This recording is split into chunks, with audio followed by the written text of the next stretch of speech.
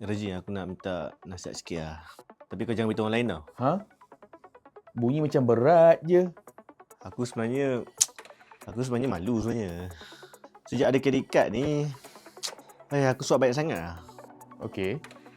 Masalahnya aku tak bayar betul lah, babe. Lepas tu aku guna pula lah buy now pay later ni lah. Macam-macam lah sekarang ni. So, ringkasnya kau tengah berhutang dan bank nak duit dia balik. Ya, betul lah. Macam tu lah cerita dia. Okey, selamat datang ke dunia yang sebenar. Aduh, pedih aku dengar ayat tu. Tapi jujur bagi aku, sekurang-kurangnya kau sedar sekarang. Bukan tunggu bila dah parah nanti. So, bro, jadi apa yang aku nak buat sebenarnya ni? First, kau kena berani contact bank tu.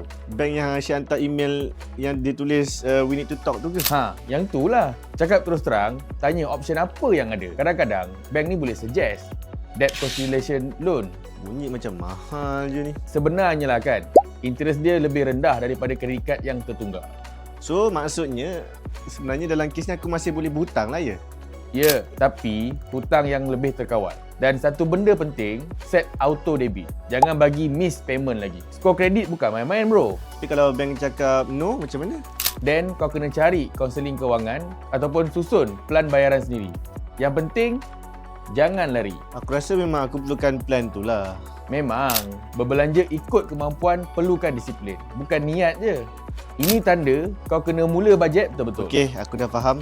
Tapi I need promise me, please do not tell anyone else. Tak, jangan risau. Yang penting kau selesaikan masalah kau ni secepat mungkin.